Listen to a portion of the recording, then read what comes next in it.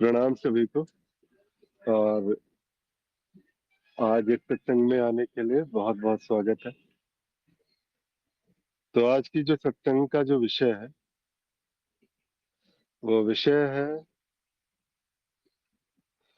सब कुछ द्वैत में ही तो है। ये सत्संग, ये संसार, ये जीवन और वो सब कुछ जो आवश्यक है भोजन करने के लिए तो द्वैत में ही तो आना होगा।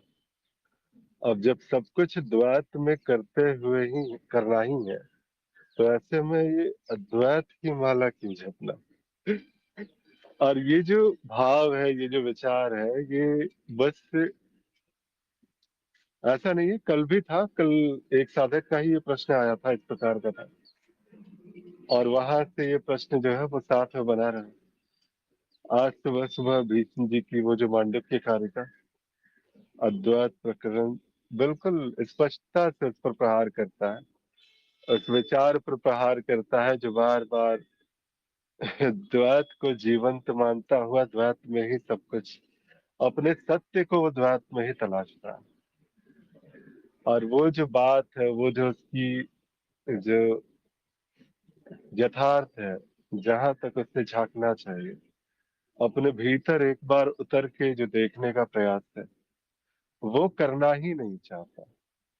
क्योंकि बाहर में ही उसे इतना रस मिलता है, बाहर में ही इतना सुख मिल रहा है कि वो चाहता ही नहीं है कि किसी प्रकार से वो अंदर उतरे। एक और बात जो बहुत ऐसा लगता है कि जब इस प्रकार की बातें होती हैं, इस प्रकार के साधक जब ऐसे जो प्रश्न उठाते हैं, तो बहुत हद तक जो है ये भी है कि बहुत बार ऐसा कहा गया कि सत्य का माया में कोई उपयोग नहीं। और ज्ञान मार्ग में क्या हम किसी उपयोगी वस्तु की तलाश में आए थे क्या? कुछ ऐसा जिसका उपभोग कर लिया जाए, किसका जिसका उपयोग कर लिया जाए। जैसे कहते हैं ना, वो जिज्ञासा तो आपके भीतर ही जागी थी, वो मुमुक्षुता तो आपके भीतर ही उठी थी कभी। और ज्ञान में प्रश्नों के साथ आपने चलना प्रारंभ किया, ज्ञान मार्ग पर आगे आना प्रारंभ किया। और वो प्रश्न आपके भीतर ही तो उठे थे। अब आपको तो पता था कि आपने जाना था, ये कबीर के दोहों को भी आपने सुना था कि प्रेम गली अति साकरी जामे दो न समाए। अब तो अब इतनी स्पष्टता से ये बात है, जब तुम्हें पता थी इस बात का कि दो तो बचोगे नहीं। हाँ, व्याप बिल्कुल जो है, बेशक वो प्रेम व्याप्त होगा, वो आनंद, वो शांति जिसकी बात कहते हैं संत जन, वो सारी की सारी चीजें तुम्हें वहां तक पहुंचा दी जाएगी, लेकिन तुम वहां नहीं बचोगे। क्योंकि प्रेम वो नहीं जहां दो हो जाए। इस गली में अगर आए हो, जिज्ञासा लेकर आए हो, तो इस ज्ञान की गली में तुम दो तो नहीं रहोगे। तुम्हारा ये द्वैत पना तो कब का विसर्जित होगा, और जो बचेगा तुम उसे अद्वैत भी नहीं कह पाओगे, बस कहोगे कुछ है, इसके अतिरिक्त और कुछ भी नहीं होगा। तो कुछ ऐसा सा ही है, ऐसे से ही भाव है। और इस प्रकार से ऐसा लगता है कि ये काफी बहुत सारे साधकों के साथ में मूलभूत रूप से ये प्रश्न भी जो है इसी प्रकार से बना रहता है। और ऐसे में जो है इस पर एक प्रहार बड़ी आवश्यक सी बात होती है। जी प्रणाम भीष्म जी। फ्री है प्रभु?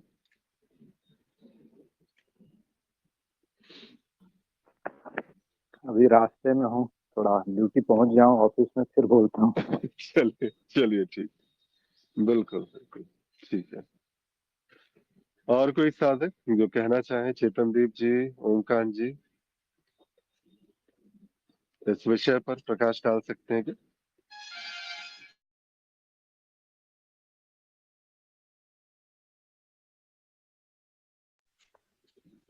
चलिए कोई बात नहीं। तो फिर ऐसे ही जो इस विषय को मैं ही थोड़े अलग दृष्टिकोण से इसको आगे लेकर के चलता हूँ। अब यहाँ पर सबसे पहला जो प्रश्न है कि सब कुछ द्वैत में ही तो है।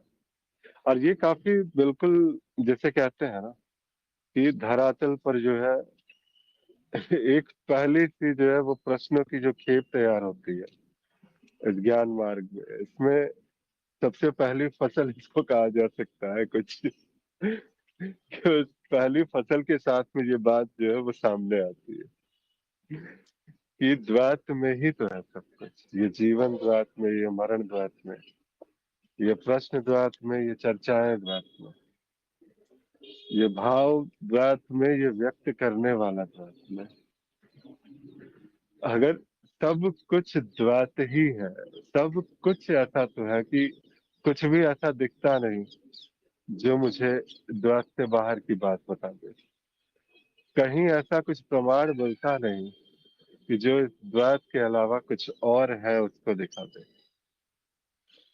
हर बात, हर चीज बस इसी द्वैत की ही विचारधारा से उत्पन्न और इस द्वैत में ही तिरोहित सी हो जाती है। और सब कुछ जब द्वैत है, जाना भी इस द्वैत को जा रहा है, जिया इस द्वैत को जा रहा है, फिर भी बार बार हम अद्वैत अद्वैत की जो है ये ध्वनि रमाए रहते हैं। ऐसा लगता है जैसे बहुत सारे, जैसे कहा जाता है कि सत्संगों में जब चर्चाएं होती हैं तो वहां पर बस कहीं ना कहीं कुछ ना कुछ घूम फिर करके वो अद्वैत की बात बिल्कुल सामने में आती है और अद्वैत को ही बिल्कुल स्पष्टता से रखा जाता है। तो ऐसे में बार बार जब अद्वैत की बात होती है तो द्वैत को क्या पूरी तरह से जो है सत्यापित करके उसको यथार्थ मान लिया जाए, द्वैत की ही अधीनता, द्वैत की ही सत्ता को स्वीकार कर लिया जाए। कुछ भी ऐसा नहीं जब द्वैत से परे, तो फिर क्यों आखिर जो है हम इतना प्रयास करते हैं और ये जिज्ञासा को शांति क्यों नहीं मिलती। ये जो बात है जो अंदर उतरनी थी, जब द्वैत में मिल ही रहा है तो द्वैत से ही तो सुख शांति सब कुछ प्राप्त हो जानी चाहिए। अलग अलग प्रकार से इसमें प्रसंग भी आते हैं कि जब सुखों की खोज में एक साधक निकलता है तो कितने अलग अलग प्रकार से वो एक भ्रम के जाल में वो फंसा रहता है। वो द्वैत में ही वो, क्योंकि संसार उसके लिए सुखों की वस्तु है, संसार से ही उसे सब कुछ प्राप्त हो रहा है और सांसारिक कृत्यों द्वारा ही उसे प्राप्त हो सकता है। तो इस प्रकार से सभी कुछ जो भी आधार, जो कुछ भी संसार में ही ढूंढा जा रहा है, इससे बाहर तो निकलने का प्रयास ही नहीं करता है कभी साधक। तो अब यहाँ पर ये प्रश्न तो बिल्कुल यथास्थिति है और सबसे पहला प्रश्न तो ऐसा कहीं आता है जब द्वैत की बात होती है तो बिल्कुल ऐसा ही लगता है कि सामने से साधक बस जो है पहला प्रश्न इसका यही रहता है कि आप अद्वैत अद्वैत कर रहे हो, लेकिन ये चर्चाएं तो द्वैत में चल रही है। ये जो सारा का सारा खेल है, ये जो सत्संगों का रस है, ये तो द्वैत में ही लिया जा रहा है। ये प्रेरणाएं सारी की सारी जो आप में आ रही हैं, वो सारी की सारी बातें ये द्वैत में ही हो रही है। तो द्वैत के महत्व को आप ठुकराते क्यों? द्वैत को स्वीकारो ना, द्वैत को ही जो है सत्य मानो। क्यों बार बार कि कोई द्वैत नहीं है, इसे द्वैत को नकारते हुए आप आगे बढ़ जाते हो। तो ये काफी मूलभूत से प्रश्नों में से मतलब ऐसा प्रश्न जो है कई बार कई साधकों द्वारा कई सत्संगों में ऐसा पूछा भी गया है और कई बार ऐसा पूछा भी जाता रहेगा। ऐसा नहीं है कि अगर यहाँ पर किसी प्रकार से अगर इस प्रश्न पर किसी प्रकार की अभिव्यक्ति की गई तो ये प्रश्न दोबारा उठने बंद हो जाएगा और ये लक्ष्य भी नहीं है कि ये प्रश्न दोबारा ना उठे। मार्ग में तो हमारा यही लक्ष्य होता है कि जितनी गहरी से गहरी चोट की जा सकती है उतनी गहरी चोट की जाए और इस प्रश्नों के एक ज्वार भाटे को जो है वो उत्पन्न किया जाए। प्रश्नों का ज्वार ही तो है जो मार्ग में आगे लेकर आता है और आगे वो जो बात है जहाँ पर जो कहते हैं ना कि स्वप्न ही स्वप्न दृष्टा है, अस्तित्व ही अपने अनंत मिथ्या रूपों में प्रकट है। वो सारी की सारी बातें वो बस वाक्य से नहीं लगते हैं। वो सारी की सारे जो तथ्य जो गुरुजनों द्वारा बताए गए, वो सूचनाएं जो हम तक पहुंची कभी, वो कभी बस एक शब्द मात्र नहीं रह जाती। और आधार तो द्वैत ही था, द्वैत से ही आधार बना करके चला गया। लेकिन ये बिल्कुल स्पष्ट है कि द्वैत जैसा कभी ना कुछ था, ना कभी कुछ हो सकता है, और द्वैत ही है। लेकिन वो जो बार बार, वो जो व्यक्ति है जो बार बार आना चाहता है इस द्वैत की धरातल पर, वो सुखों का उपभोग करना चाहता है, इस द्वैत में उतर करके वो जो आनंद है द्वैत में, उसको बार बार कहते हैं ना, भोजन का रस लेना चाहते हैं। वो जो चाहता है वही सबसे बड़ी बाधा है इस अद्वैत की, अद्वैत के लिए। तो यहीं पर जो है मूल जो ज्ञान जहाँ पे कहते हैं, वो जो रस लेने के लिए जो आता है, वो जो किसी प्रकार से वो जो अपना बना हुआ है, वो जो अपने अस्तित्व को खोना नहीं चाहता, बिल्कुल पकड़ के रखा हुआ है उसने अपने होनेपन को, और वो यहाँ से बाहर आना ही नहीं चाहता। उसे चाहे कितनी भी बात कह दी जाए, कितने भी गहरे तल से उसकी जो है वो व्याख्याएं दी जाए, क्योंकि व्याख्यानों से ये बातें हो भी नहीं सकती। किसी के अपने जो तर्क, किसी के अनुभव, वो आपके अनुभव नहीं हो सकते, वो आपका तर्क नहीं हो सकता।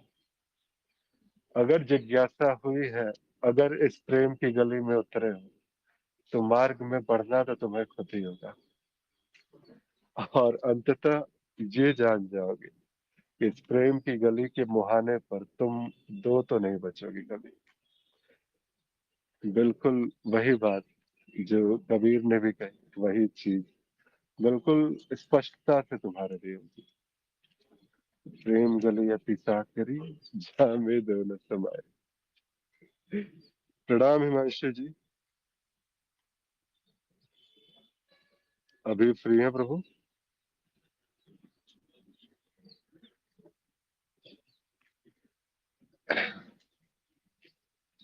लगता है आज आप भी व्यस्त हैं। चलिए, अच्छी बात है। जैसा गुरु क्षेत्र की तरफ से इच्छा। अब इसमें यहाँ पर जो है, ये आज भीष्म जी की भी तरफ से आया था। यथा स्वप्ने द्वयाभासि स्पंदते मया मया या मन। कुछ जो भी है, अब ये तो भीष्म जी ही बता सकते हैं। खैर, इसके बाद जो है, जो अर्थ है, जिस प्रकार स्वप्न अवस्था में यह मन ही माया के कारण द्वैत रूप, दो वस्तुओं या रूपों वाला, जैसा दिखने वाला और देखी जाने वाली वस्तु के रूप में प्रतीत होता है, उसी प्रकार जागृत अवस्था में भी यह मन ही माया के कारण द्वैत प्रतीत होता है। ये बड़ा, यही जो है, क्योंकि प्रश्न का जो एक भाव था, वो कुछ हद तक जो है इनके श्लोकों से भी प्रभावित करता है। क्योंकि मूल अज्ञान जो है, काफी सारे साधकों द्वारा भी ये प्रश्न आता है, और एक प्रश्न का जो मूल अज्ञान है, वो कुछ इसी प्रकार से वो प्रकाशित भी करते हैं। ये जो श्लोक है, अगर इस श्लोकों के मर्म तक पहुंचे, तो बिल्कुल आपके भीतर का जो ज्ञान है, वो ऐसा लगेगा कि कुछ बचा ही नहीं, स्पष्टता से वो सामने होगा। और ये ज्ञान की ही जो है प्रकाशित होने की बात है। जैसे ही अज्ञान प्रकाशित हुआ, तो बस सब कुछ प्रकाशित है। अब यहाँ पर कितना सुंदर स्वभाव है। जिस प्रकार स्वप्न अवस्था में यह मन ही माया के कारण द्वैत प्रतीत होता है। इस स्वप्न में आप जैसे बहुत जो है, यहाँ पर एक जो है समझाने के लिए, समझ के लिए कहते हैं कि सब कुछ अद्वैत है, लेकिन समझ के लिए इसका विभाजन किया गया अद्वैत में। और वो समझ ही है जो बार बार आगे लेके जाती है, वो समझ ही है जो बार बार द्वैत में आने का जो है वो प्रयास करती है। क्योंकि समझ जब तक है, समझने वाला बना हुआ है, तब तक तो द्वैत है बिल्कुल स्पष्टता से।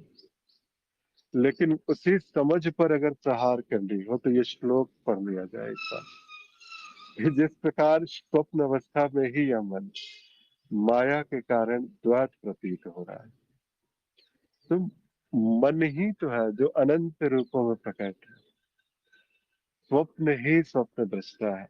यहाँ खाली एक धरातल जो तैयार होती है, उसका एक प्रमाण लेने के लिए आपका अपना स्वप्न, न जाने कितनी भी अवस्थाएं हैं, स्वप्न अवस्था तो लगभग सभी ने देखी है।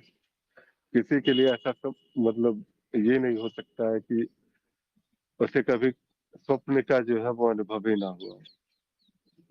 और ये जो स्वप्न है, इस स्वप्न अवस्था में देखी जाने वाली जो वस्तुएं हैं, कहाँ से निर्मित हो रही है? ये बड़ी बड़ी बिल्डिंगें कहाँ से आ जाती है? ये सुंदर स्त्रियां कहाँ से आ जाती है? ये सारा का सारा खेल कहाँ से हो जाता है? और बिल्कुल ऐसा है जिससे मुझसे भिन्न प्रतीत ही नहीं होता, मैं ही तो। और ऐसा लगता है कि जैसे अब कितना आनंद आ रहा है, जीवंत कहानी है बिल्कुल। और उस जीवंत कहानी को जीने के बाद जब वो आंखें खुलती है, जैसा जनक के साथ हुआ, यह सत्य कि वह सत्य। और यही प्रश्न आपके मन में भी उठता होगा, यह सत्य कि वह सत्य, किसे सत्य माना जाए? और यहाँ से ये सारी की सारी बातें, ये यात्राएं प्रारंभ होती है। और तब जब आप इसमें गहरे उतरते हो, ऐसा पाते हो कि ये मन ही तो था जिसमें कभी उस घर के स्मृति थे, उस संसार के स्मृति थी। और वहां से उन स्मृतियों के धागों को पिरोया गया, और अनंत रूपों में अपने स्वप्न में जाने के बाद वहां पर एक अभिव्यक्ति सी हो गई, अलग अलग रूपों में। तो कितना सुंदर सा चीज है ये चीज। अब इसके बाद का जो भाग है, मांडुक्य कारिका अद्वैत प्रकरण की ये श्लोक है, ये सब मैं श्लोक तो नहीं पढ़ रहा, उसका अर्थ मैं बस बता दूं कि स्वप्न अवस्था में यह मन वास्तव में अद्वैत होते हुए भी द्वैत रूप में भाषित होता है, इसमें कोई संदेह नहीं। इसी प्रकार जागृत अवस्था में भी यह मन अद्वैत होते हुए ही द्वैत रूप में भाषित होता है, इसमें भी कोई संदेह नहीं। कितना, अब वही चीज है, वो स्वप्न से जो है वो बात लिखी गई, वहां से शुरू की गई, और स्वप्न से लेकर के। जी, मेरी मेरी आवाज नहीं आ रही है क्या अभी? कोई माइक ओपन करके बता सकते हैं?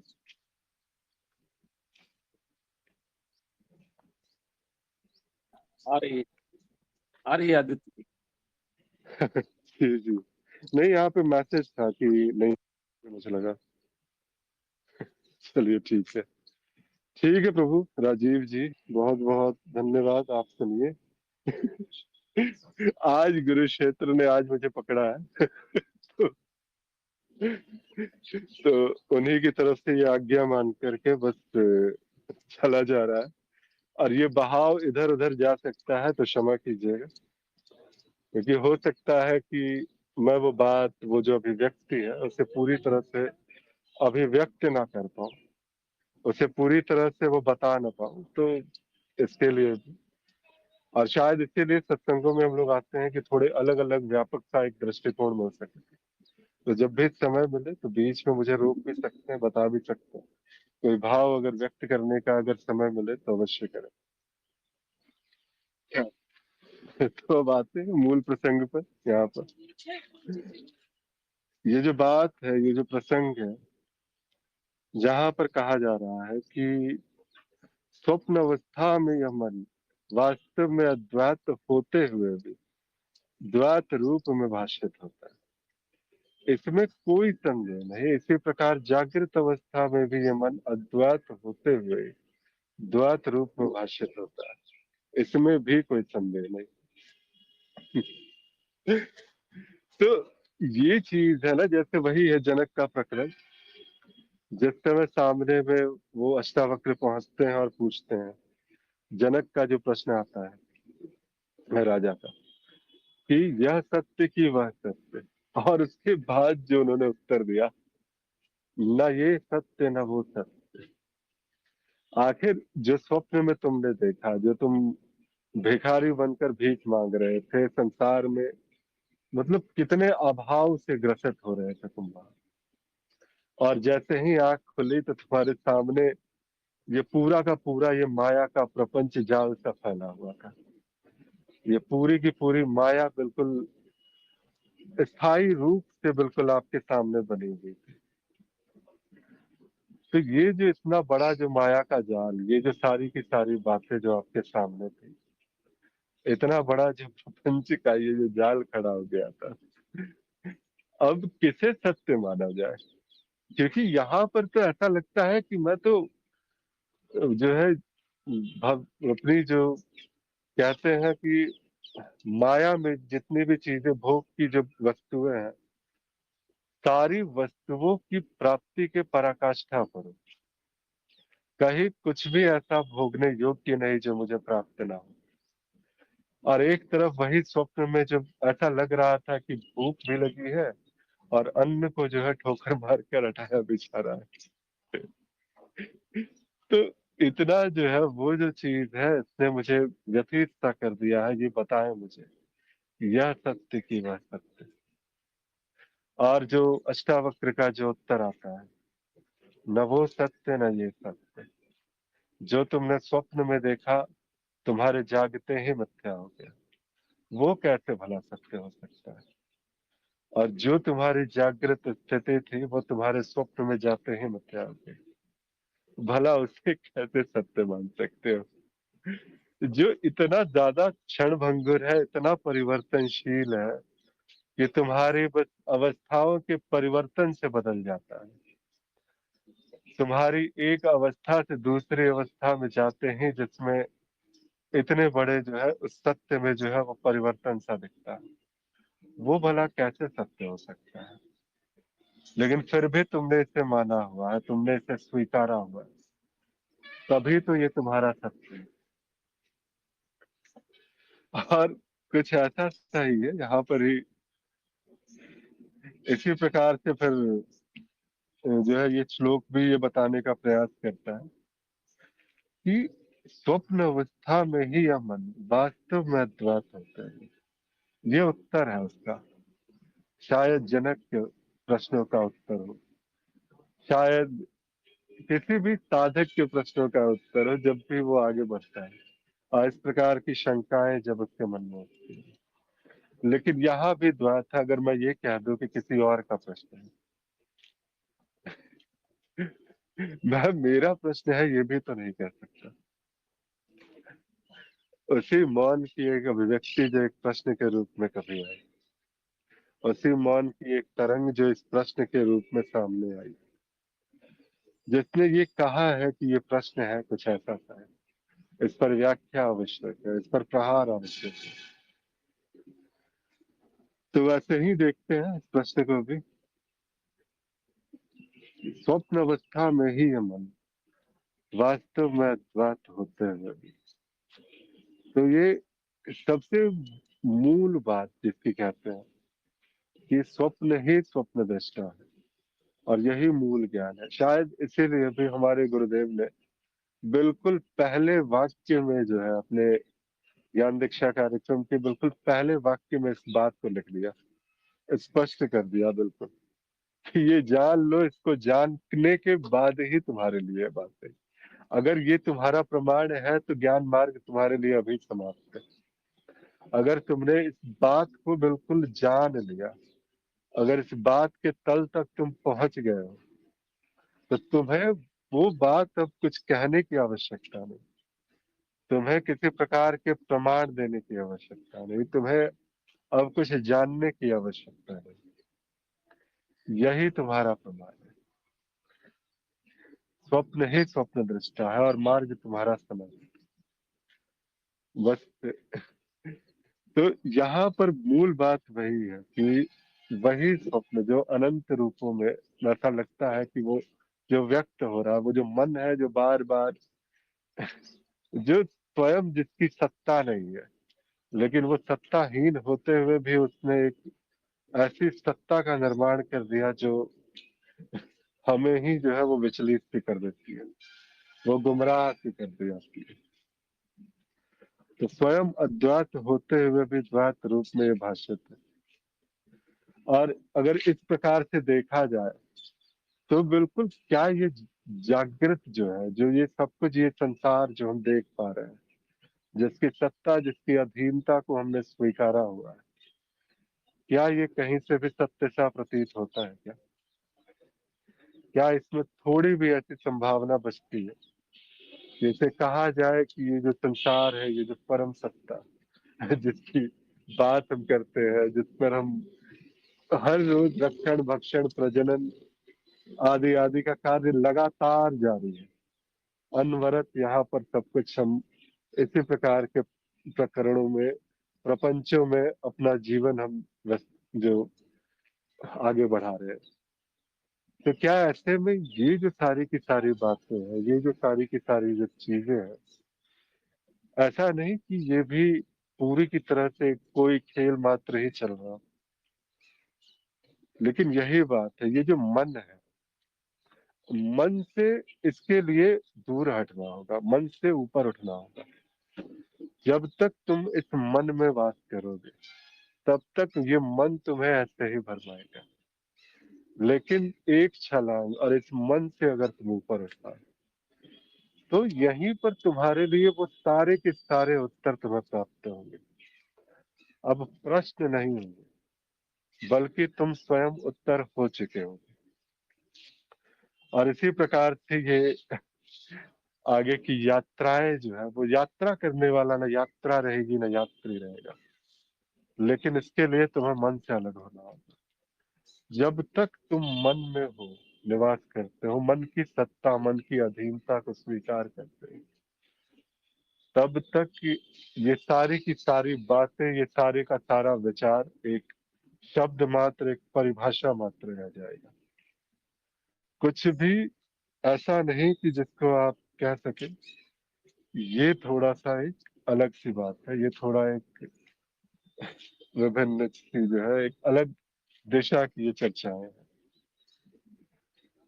तो इसी प्रकार से ये मन ही है जो अनंत रूपों में ऐसे ऐसे खेल दिखाता है, और हम बंदर की भांति गुलाटी मारने पर हम मजबूर रहते हैं। अब यहाँ पर इसमें इसका विश्लेषण भी है आगे जा करके। स्वप्न, स्वप्न में हम जो कुछ भी देखते हैं वह सब हमारे मन की ही कल्पना होती है।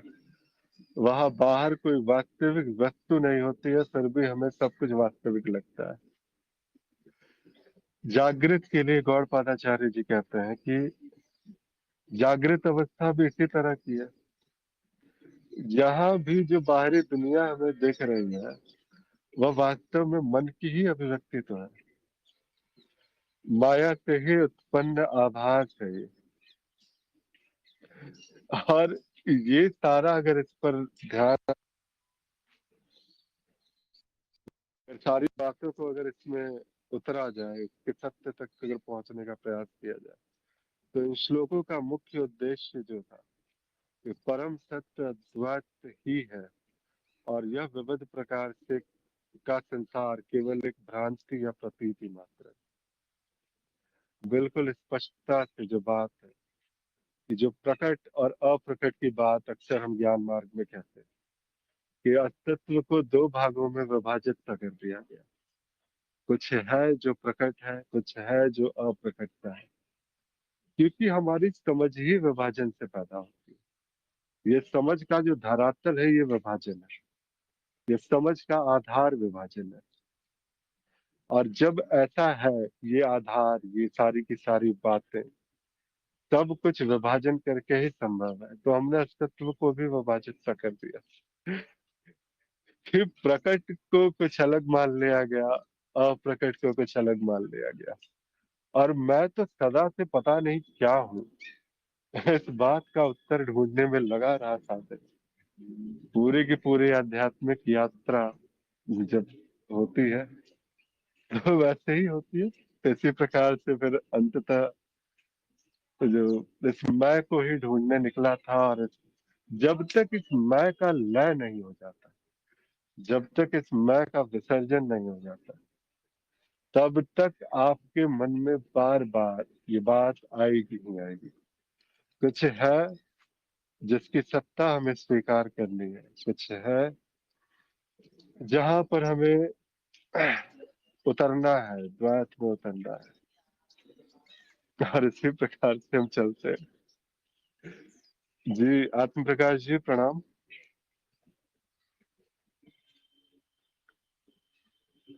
सुन रहे हैं प्रभु अभी? प्रणाम आदि सत्य जी। प्रणाम प्रणाम जी भैया। प्रणाम भीष्म जी, प्रणाम भीष्म जी, प्रणाम जी भीष्म जी, बोलिए आप, कहिए। विजय जी बोलिए। नहीं विष्णु भैया आप बोलिए, मैं थोड़ा सा अभी नहीं बोल पाऊंगा, थोड़ा सा ठीक है। आप बोलिए विष्णु जी भी। बहुत बढ़िया व्याख्या की आदि सत्य जी। जितना स्वयं पढ़ के हमको वो नहीं एब्जर्व हुआ, आपके पढ़ने से बताने से ये ज्यादा समझ में आया और ज्यादा बातों पे ध्यान गया। बहुत बढ़िया। देखिए बात तो यही है, और देखिए ये जो बात, इसमें कुछ मानने का बात नहीं है कि हम केवल मान लेना है। ये बात तो बिल्कुल अपरोक्ष अनुभव है। जो भी कुछ लिखा है बिल्कुल इंद्रियों के माध्यम से, मन से, बुद्धि से ये बात जान सकते हैं। कुछ भी इसमें गलत नहीं है, तो तर्क के द्वारा सत्यापित कर सकते हैं। जो भी बात हम लोग ज्ञान दीक्षा कार्यक्रम में पढ़े, अपरोक्ष अनुभव और तर्क, तो यही तो बात है। ये बिल्कुल अपरोक्ष, एकदम प्रत्यक्ष इंद्रियों के द्वारा ये महसूस होता है। संसार नहीं है, अरे संसार नहीं है, देख लीजिए, ऐसे ही इंद्रियों से देख लीजिए संसार नहीं है।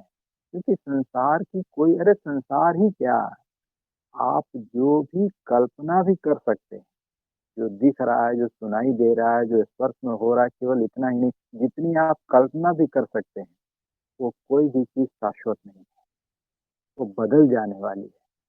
सब कुछ परिवर्तनशील है।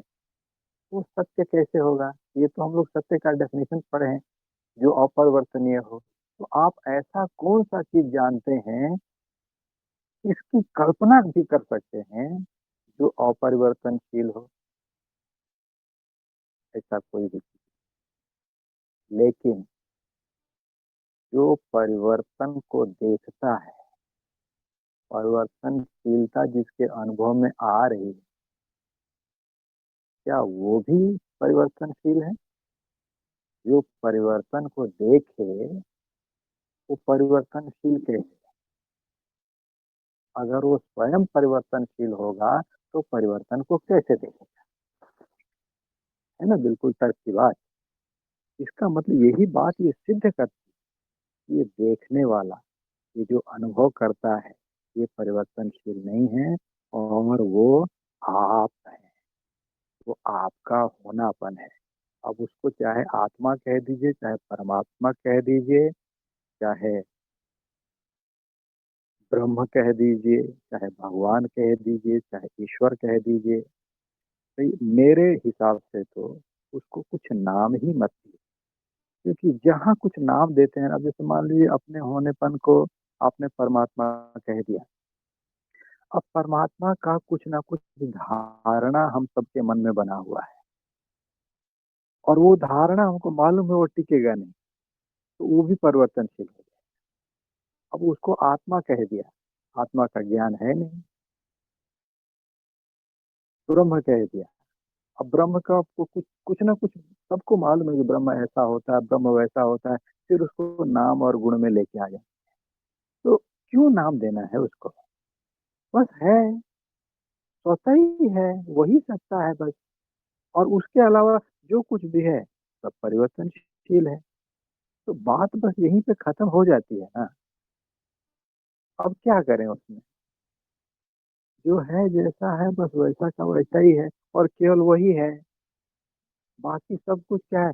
चलो, अगर मान लीजिए ये तर्क आपके दिमाग में नहीं घुसता है, ये बात नहीं समझ में आती है, समझ में आ भी जाती है तो उसकी स्थिति नहीं होती है, तो क्या करें उसको? उसको स्वप्नवत मान लीजिए। ये सब कुछ स्वप्नवत है, स्वप्न की तरह ही हो रहा है, मिथ्या है। नहीं मिथ्या पता चल रहा है, लेकिन मान लीजिए सब कुछ करते हुए, उसको भोगते हुए, उसमें जीते हुए, उसमें रोते हुए, मान लीजिए कि मिथ्या है। स्वप्न टूटेगा, सब खत्म हो जाएगा, और है ही मिथ्या। ये तो बात तर्क से है ही, ये ठहरता नहीं है तो मिथ्या है। अब ये या तो पहले वाली स्थिति में स्थित हो जाइए, और नहीं तो दूसरे वाली स्थिति में हो जाइए। जैसे स्वप्न की सब बातें झूठ हैं, ऐसे जागृत अवस्था में भी ये मन ही तो है। अभी के अभी मन को बंद करके देख लीजिए तो, बेहोशी का इंजेक्शन लगा लीजिए जहाँ पे मन नहीं है, देखिए तुरंत संसार खत्म हो जाता है कि नहीं हो जाता। लेकिन आपका होनापन तब भी रहता है। हाँ, उस समय हम नहीं कह पाते कि हम हैं, लेकिन जगने के बाद वो रहता है कि हाँ मैं तो था, तभी तो पता चला कि मैं बेहोश था, इतने देर तक बेहोश रहा, इतनी देर तक सुसुप्ति में रहा। तो आपका तो कभी भी नाश नहीं होता ना, आपका तो कभी परिवर्तन होता ही नहीं है, बस वही आप हैं।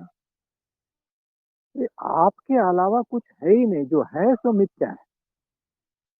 देखिए यहाँ तक तो बात ठीक से समझ में आ जाती, थोड़ी कुछ और बता दो। तो हमको करना क्या है? अब तो यहाँ पे साधन का कोई जरूरत है नहीं, देखिए ये बात समझ में आ जाती है। तो फिर भी अगर साधन करना चाहते हैं तो इस बात को नकारते जाइए कि आपके अलावा कुछ है। पता भले ही चले, लेकिन उसको मानिए मत कि कुछ है। नहीं है जी, नहीं है, ये मन के द्वारा दिख रहा है। तो अपने आप को अनुभव कीजिए कि क्या है, आपका कोई रूप नहीं है। देखो, ये सीखने के लिए बात नहीं है, ये अपने आप से एकदम शांति से ऐसा बैठ जाइए और उसके बारे में सोचिए कि मेरा कोई रूप नहीं है, मेरा कोई गुण नहीं है, अरे मेरा नाम नहीं है। ये नाम तो एक दिन आया था ना, ये रूप एक दिन हुआ था ना, ये गुण एक दिन आए थे ना। और कितना देखिए, कितना कितना मेरे सामने ही सब कुछ बदल रहा, ये नाम भी चला जाएगा। आप दिखाई देने वाले कोई वस्तु नहीं है जो आप किसी को दिखाई दे दें। आप कोई चीज नहीं है कि कोई आपको जान ले। आप सबके दृष्टा हैं, आप सबको जानने वाले हैं। आपको कोई कैसे जानेगा? तो ये बस आप सोचिए, आप आप जो हैं, ये सब आपके अंदर ही है, सब आपकी कल्पना है, आपके द्वारा ही मिथ्या रूप से आया है, लेकिन ये सब आप नहीं है। तो आप अपने में स्थित रहिए। तो अपने में स्थित रहने का क्या मतलब है? अब यहाँ पे आप लोग मेरा विरोध करते हैं, यहाँ पे क्या विरोध करते हैं? मैं कहता हूँ गुरु क्षेत्र को प्रणाम, गुरुदेव को प्रणाम। जब ये आप बोलते हैं तो आप अपने आप को कुछ ना कुछ मानते हैं, तभी तो बोलते हैं। अब जब गुरु माना तो अपने आप को शिष्य मान लिया। गुरु बोलते ही शिष्य बन जाएगा, क्योंकि वहां पे द्वैत आ जाएगा। देखिए, मैं ये बात, ये जो ग्रुप है ना, ये क्या है, आध्यात्मिक ज्ञान चर्चा, इसलिए मैं ये कह रहा हूँ। थोड़ा इस बारे में भी सोचिए। तो द्वैत में स्थिति क्यों? व्यवहार के लिए करना है कीजिए, लेकिन भीतर से ये बात मानिए, आपका कोई गुरु नहीं है, कोई गुरु नहीं था, और ना कोई गुरु होगा। क्योंकि जब होगा तो वहां पे द्वैत आ जाएगा ना, दो होगा ना। तो दो में स्थिति क्यों करते हो अपना? तुम ही ब्रह्म हो। अरे कभी जब ये इन ग्रुपों में हम प्रश्न भी पूछते हैं ना, तो वहां पे थोड़ा देखिए, क्या ये प्रश्न जीव को आ रहे हैं कि ब्रह्म को आ रहे हैं? आप कुछ देर तो ब्रह्म में स्थित होइए, चलिए पूरे टाइम में कुछ देर, अरे कुछ क्षण, कुछ सेकंड तो ब्रह्म भाव में स्थित रहिए कि अरे मैं ही हूँ, जो कुछ हूँ सब कुछ मैं ही हूँ।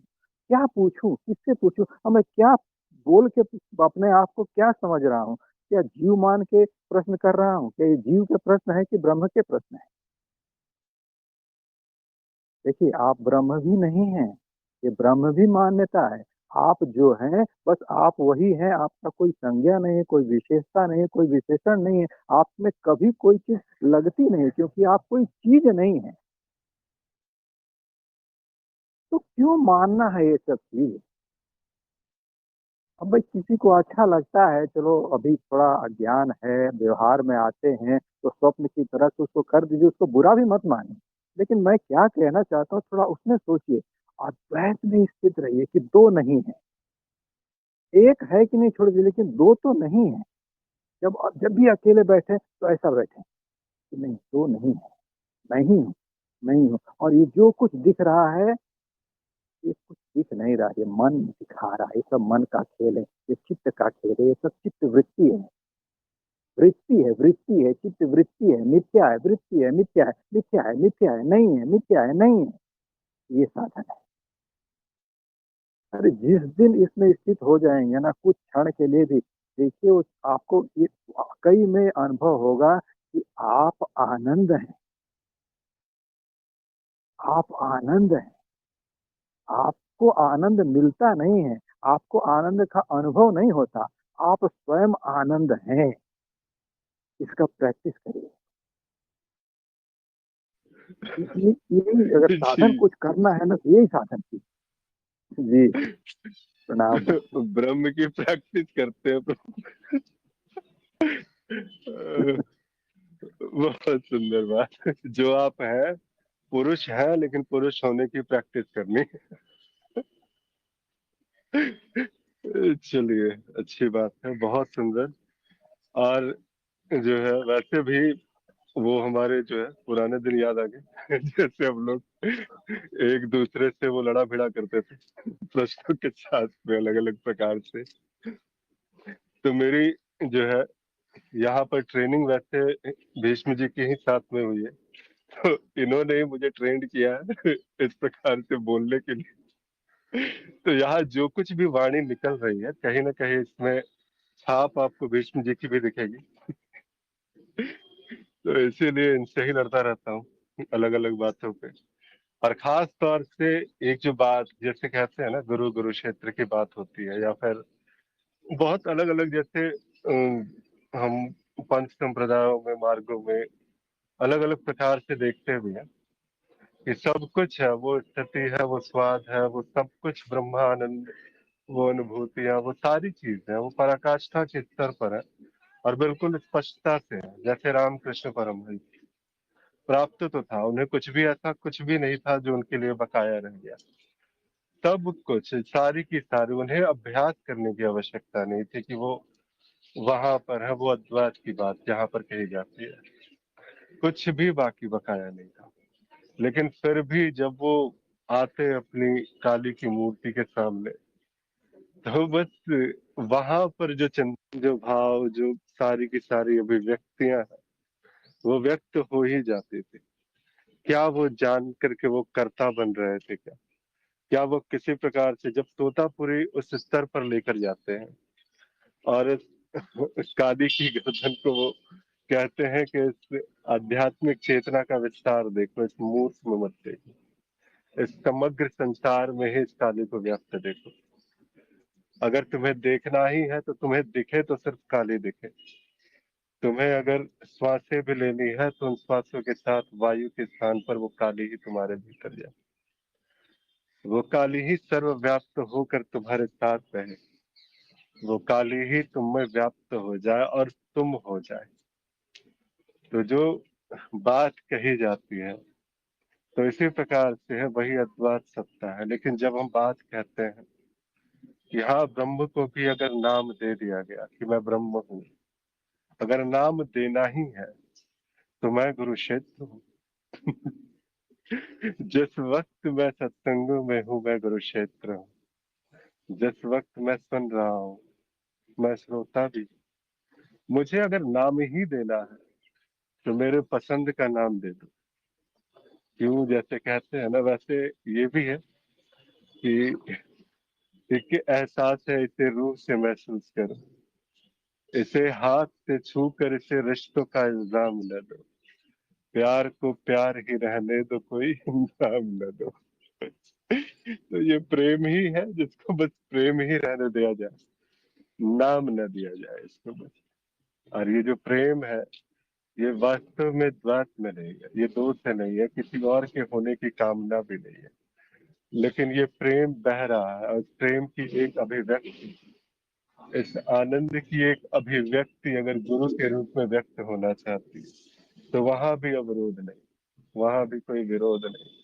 अगर इसकी अभिव्यक्ति काली के रूप में व्यक्त होना चाहती है तो वहां भी कोई विरोध नहीं। यहाँ कोई अभ्यास नहीं है, कुछ ऐसा नहीं है कि जिसके लिए बिल्कुल 2 सेकंड 20 सेकंड आंखें मुंह पूरे बंद करके नाक भौं सिकोड़ करके एक स्थान पर बैठ जाओ और ब्रह्म होकर के टिक जाओ। और इस प्रकार से मैं संसार हूँ, इस भाव की प्रैक्टिस के साथ उसमें उतरना। हाँ ठीक है, साक्षी भाव की साधना है, मैं कोई करता नहीं, मैं कोई अनुभव नहीं, मैं अनुभव करता हूँ, और इस प्रकार से आगे बढ़ा जाता है। लेकिन ये प्रारंभिक स्थिति है, क्योंकि वहां स्पष्टता से मालूम होता है कि आप क्या नहीं। नीति नीति द्वारा आपको प्रमाण मिला होता है, नकारात्मक ज्ञान एक हुआ है वहां पर, और उस नकारात्मक ज्ञान के आधार पर आप कह सकते हैं कि आप क्या नहीं हो। तो वहां पर ये भाव भी आसान हो जाता है। लेकिन जब थोड़े से आगे बढ़ते हैं, ऐसा लगता है कि जैसे हमारे कार्यक्रम में भी वो स्पष्टता से गुरुदेव भी बताते हैं इस प्रकार से कि अगर ब्रह्म ज्ञान की बात होती है, वो जो अगली जो बात होती है, उसके लिए आत्मज्ञान अपेक्षित है।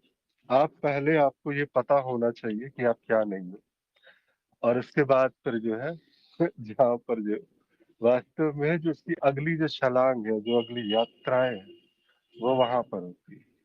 तो जैसे ही आप क्या नहीं हो ये आपको पता है, और इसके साथ में जब आप बहते हो, तो वहां पर फिर ये होना कि मैं सब कुछ हूँ, ये आवश्यकता नहीं पड़ती है। कोई आवश्यकता नहीं है कि कहीं पर कोई बैठने वाला भी है, क्योंकि बस आप क्या नहीं हो ये स्पष्टता से प्रमाणित हो चुका है। ये मन से ऊपर उठा जा चुका है, ये मन से अलग हो जाया गया है यहाँ पर। अब ये मन कोई बाधा नहीं, ये संसार कोई बाधा नहीं, ये बस एक अनुभव मात्र। और इसके बाद फिर आगे एक छलांग, और वो छलांग उसी वही बात की ओर इशारा जो यहाँ पर मांडुक्य कारिका के श्लोकों द्वारा जो इसका विस्तार दिया गया। बहुत ही सुंदर भाव था, बहुत ही सुंदर चर्चा रही। वैसे अन्य कोई, अगर हिमांशु जी, बाकी कोई भी साधक अगर अभी कुछ कहना चाहे आज के इस बात पर, आज के इस भाव पर जो अभी तक की चर्चाएं चली।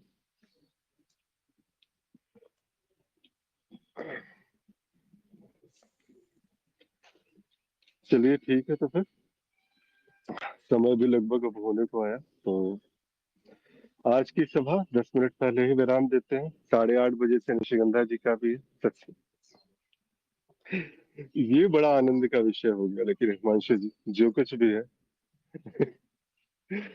बहुत ये जो संभावना बनी, ये जो यहाँ पर, वो काफी, सुबह सुबह ये जो चक्का है ना, इसको घूमने के लिए कोई ना कोई प्रश्न आ ही जाते हैं, और वो प्रश्न का जो भाव है वो कहीं ना कहीं से वो मिल ही जा रहा है। देखते हैं कब तक ये यात्रा ऐसे ही चलती है।